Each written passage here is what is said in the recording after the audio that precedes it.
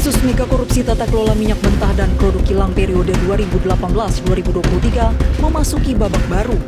Rabu 26 Februari 2025, Kejaksaan Agung menetapkan Direktur Pemasaran PT Pertamina Patraniaga Maya Kusmaya dan VP Trading Operation PT Pertamina Patraniaga Edward Corner sebagai tersangka. Pertamina merupakan sebuah institusi yang seharusnya menjadi kedaulatan dalam negeri kita.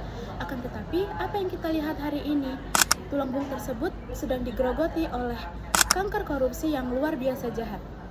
Saya, Dian Trisari Harahap dari Manajemen 4A Universitas Royal. Mari kita simak faktanya.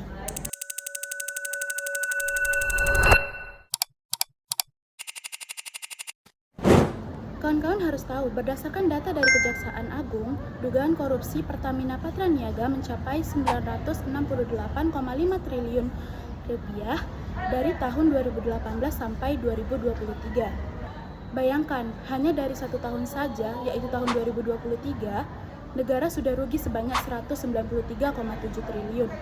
Jika uang ini kita pakai untuk kebutuhan masyarakat kita, untuk memajukan bangsa, berapa juta mahasiswa yang dapat kuliah gratis, berapa banyak infrastruktur yang dapat dibangun. Namun kenyataannya uang itu justru masuk ke kantong uang-uang para koruptor yang tidak bertanggung jawab.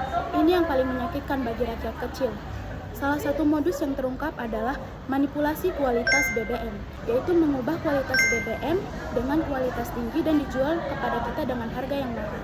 Logika ekonomi mana yang dapat membenarkan ini? Para pelaku diduga sengaja mengkondisikan agar minyak mentah yang diproduksi di dalam negeri kita tidak diserap sepenuhnya oleh kilang-kilang kita, akan tetapi diekspor ke luar negeri. Nantinya kita akan membeli lagi minyak dari luar negeri untuk kebutuhan negara kita dengan harga yang jauh lebih mahal. Teman-teman, kalian harus tahu, kasus dari Pertamina ini tidak hanya dilakukan oleh satu atau dua orang oknum kecil saja, akan tetapi sebanyak 18 orang telah ditetapkan sebagai tersangka. Mereka merupakan orang-orang terdidik yang harusnya menjaga amanah dalam menjalankan tugasnya. Akan tetapi, mereka malah memanfaatkan kecerdasan mereka untuk memanipulasi sistem yang ada. Bahkan mereka menyewa terminal-terminal BBM yang sebenarnya tidak dibutuhkan oleh perusahaan.